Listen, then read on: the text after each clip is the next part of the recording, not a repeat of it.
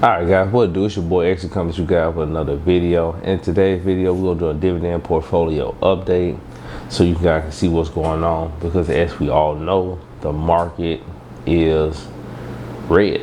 It's doing pretty bad. But I find it to be a good thing. Me personally, I'm hoping they stay red for much longer, so I can really capitalize on it. But let's get into today's video so I can show you guys what I'm talking about.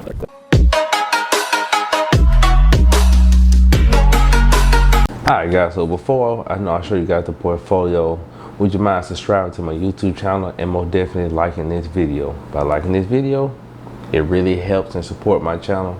And if you're out there and you support my channel, I mad appreciate you. You rock. But we talk about dividend portfolio. Now of course my portfolio is down like probably everybody else. No, it's pretty bad. But I don't see it that way. I can't stress it enough that I'm actually excited. Why? Because I get the shares that are in my portfolio at a cheaper price, which means I can dollar cost average. If you don't know what dollar cost average is, that's when you so when it comes to dollar cost averages, this is how you want to look at it. Let's just say you bought 5 stocks at $20, and then you turn around maybe a week later, the price of that stock drops. Let's say it drops to $18, and you buy 5 more stocks, right? You would get an average between those two numbers. So let's just say the average between those two numbers is 19. Your cost basis for those 10 stock total is now $19, which means you bought them at 20, right? So when it dropped down to 18, you lost $2 worth of value, right? Now, since you bought again at 18 and it put it at 19, right? If the stock goes back up to $19, you're now even. So that means if it gets back to $20, that means you're officially positive, even though you bought those shares at $20.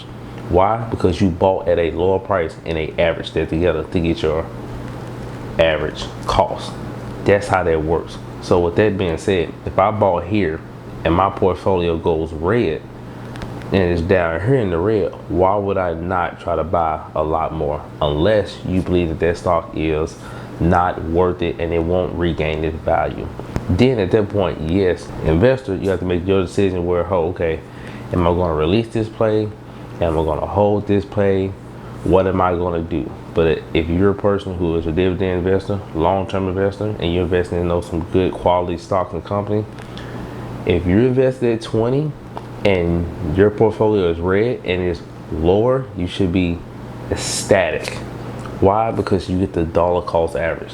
If you believe that your stock has potential to hit new all-time highs or to get back to the price that it was and still just coast, dollar cost average can literally lower your cost basis. So next time it gets back to the number you think it'll just coast, you'll still be up. Not to mention, the more shares you get, the more dividends you receive, which will increase your payout. It's a win-win in a scenario like this market, which is why I'm extremely excited. Like when I say extremely excited, I'm over the moon. But as you can see, if you pay attention to my last video, which I hope you did, that's why you should strive and hit that like button. If you pay attention to my last video, like I said, I was roughly down $100. Now I'm roughly down around $2K. So my percentage last time probably around 2 to 3%. Now I'm down 6%. But my dividend payout has actually went up. I said it was 800 something. Now it's well over 1,000 plus, right? With that being said, why is this good? Why is it bad? It's like I'm losing value. I am losing value. The stock market is doing pretty bad. But as you can see, if you really look at it'll tell you what my net cash was. Last time my net cash was around 40,000. Now my net cash is around 41,000. Dividends were 800. Now dividends are 1,000 plus, and I'm down 2K. I am down 2K because the value of my portfolio is increasing, right, due to dividends and stuff like that, but it's just dropping in value.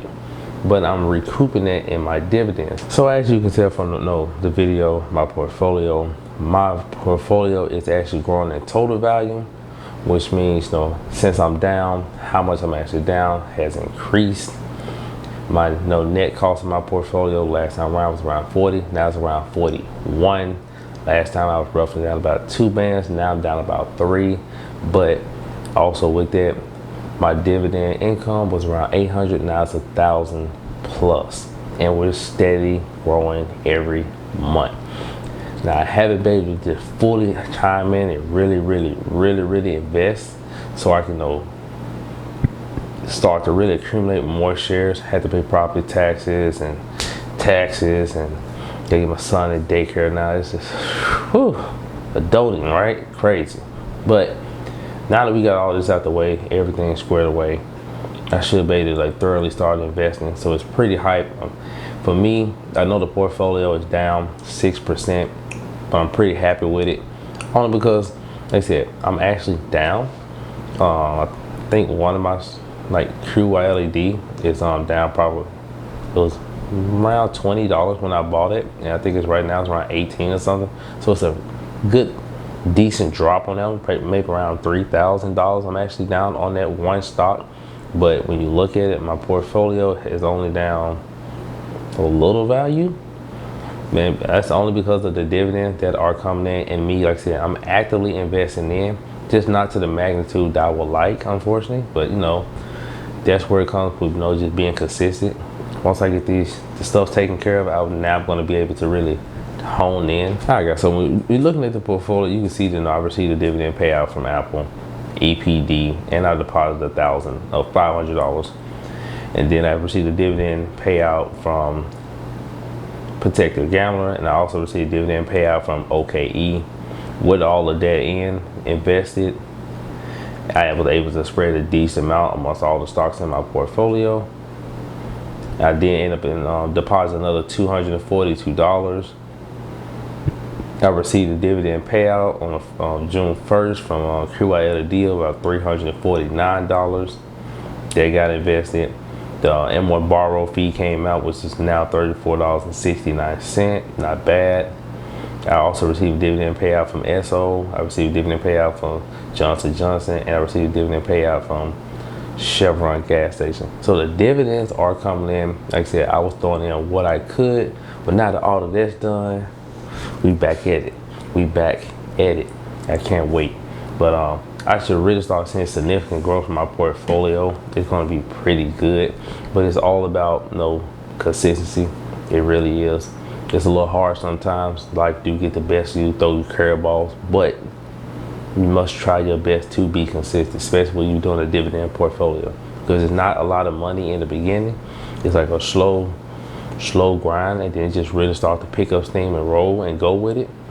So for anybody who's really trying to get into investing, especially with dividend investing, consider checking out my links in the description for M1 Finance. You can sign up with that, and it'll help you start with $25, maybe $50 to get your account started. But when you do get the account started, always remember that it's a constant thing. 100 a month, maybe 100 a week, whatever you can swing, 20, 50, it does not matter. Just start, and it is going to start really slow. But once it start really getting there, you're not even going to be worried about when the dividends actually come in. I don't keep track of when I actually get paid the dividends. I really don't care. Only thing I care about is making sure I'm always depositing. Why? Because the more I deposit, the more I can buy, the more I can buy, the more I can gain. The more I can gain, the quicker it can grow. So actually tracking dividends, EX dates, what day they pay, I can care less. I'm investing in stocks and companies that I truly believe would be good for the next 10, 20 years. They're actually worth it. And I mean, just at that point, you just need really focus on your day-to-day, the actual grind. To push a couple buttons on the app is very easy to do. That's small to a giant.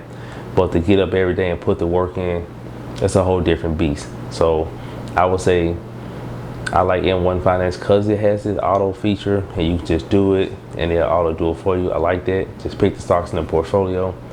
Instead of you worried about how much you're receiving in the actual payout, be more focused on how much you can start putting in. Because trust me, in time, the payments are going to come through. And if you're really investing and for long term, it's not like you're going to use that money anytime soon anyway. So just keep depositing, stay on the grind, keep your head up. Man, just gotta keep going, man. So, but that's all I gotta say for my dividend portfolio. Hope you guys enjoyed it. If you have any questions, you can leave those in the description. That's it, in the description. If you have any questions, you can leave those in the comments. But as you scrolling down there, check out that subscribe button and the thumbs up button. You hit those two, I'll be a happy camper. But hope you guys doing good. Keep your head up and let's grind. Work don't stop, grind don't stop. It's your boy Exia, and I'm out.